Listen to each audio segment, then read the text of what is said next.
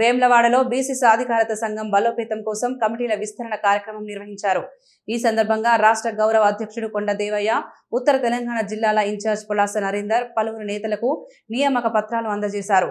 రాష్ట్ర, జిల్లా, మండల, పట్టణ స్థాయిలో సుమారు 50 మందికి పదవులు ప్రకటించి వారిని ఘనంగా సన్మానించారు.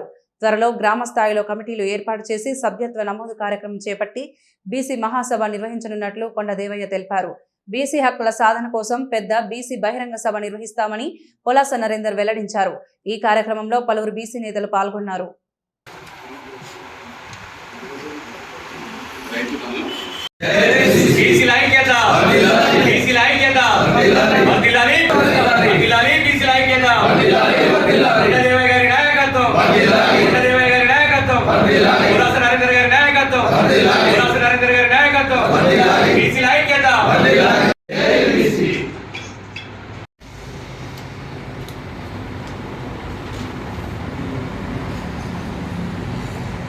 గౌరవ నేతలు, సభ్యులు, కమిటీలే ప్రధానం కాబట్టి పటిష్టవంతంకై ఈరోజు బీసీ సాధికారిత సంఘ కమిటీలను విస్తరించి ఉత్సాహంగా పనిచేస్తున్న వారికి, అంకితభావంతో పనిచేస్తున్న వారికి, బీసీల సమస్యల సాధనకై కృషి చేస్తున్న వారికి, బీసీల ఆత్మగౌరవం కాపాడడానికి కొరకు ఆహర్నిశలు కష్టపడుతున్న వారిని గుర్తించి ఈరోజు పదవులు ఇవ్వడం జరిగింది.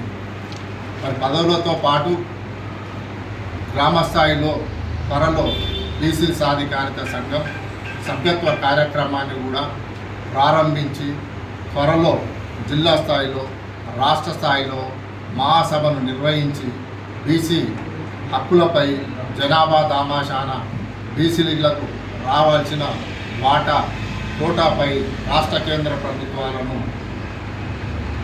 కోరడం, అవసరమైతే నిలదీయడానికి కూడా మరి మహాసభలు నిర్వహించడానికి సన్నాహాలు చేయడం జరుగుతుందని ఈ సందర్భంగా తెలియజేస్తుంది.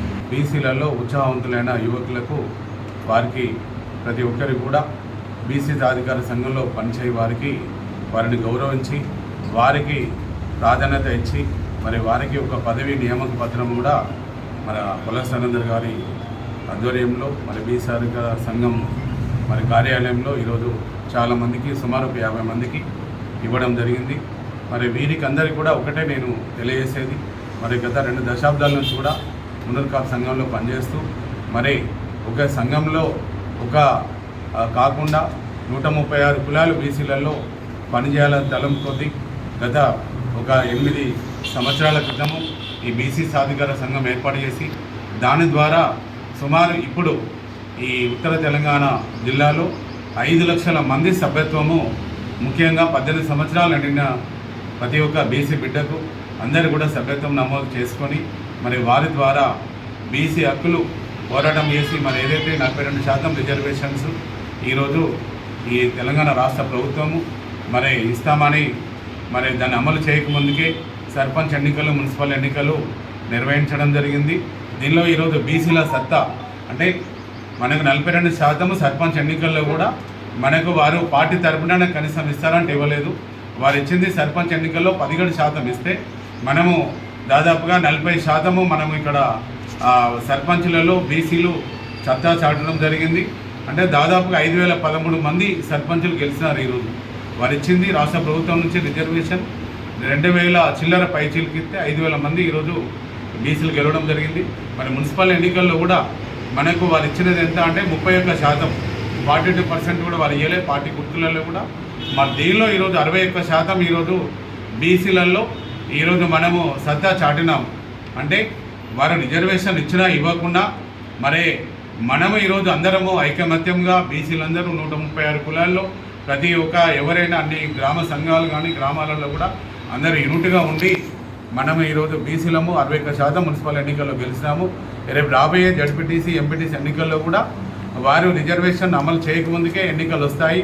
జిహెచ్ఎంసీ పరిధిలో కూడా ఇంకా కార్పొరేషన్లో కూడా ఎన్నికలు వస్తాయి. మరి ఇదివరకు కార్పొరేషన్లో కూడా బీసీలమే ఈరోజు మేయర్లుగా ముందుకు రావడం జరిగింది. మరి కాబట్టి ఈరోజు బీసీ సాధికారత సంఘం ఆధ్వర్యంలో యువకులు, మహిళలు, మేధావులు, మరి రైతులు, మరి ప్రతి ఒక్క ఎంప్లాయీస్, రిటైర్డ్ టీచర్స్ కానీ ప్రతి ఒక్క డాక్టర్స్ కానీ అడ్వకేట్స్ కానీ అందరినీ కూడా ఐఏఎస్ ఐపీఎస్ కూడా ఈ బీసీ సాధికార సంఘం ద్వారా అందరిని కూడా ఒక యూనిటీ చేయడం కోసం మేము ప్రయత్నం చేస్తున్నాము. త్వరలో కూడా బీసీలలో రాజకీయంగా ఉన్న ప్రజలందరినీ కూడా బీసీ కౌన్సిల్ ఏర్పాటు చేసి వారందరికీ కూడా ఒక వేదిక ఇచ్చి రేపు పొద్దున ఎవరికి వారుగా రాజకీయాల్లో మరి ముందుకు వెళ్ళే విధంగా ఈ బీసీ సాధికార సంఘం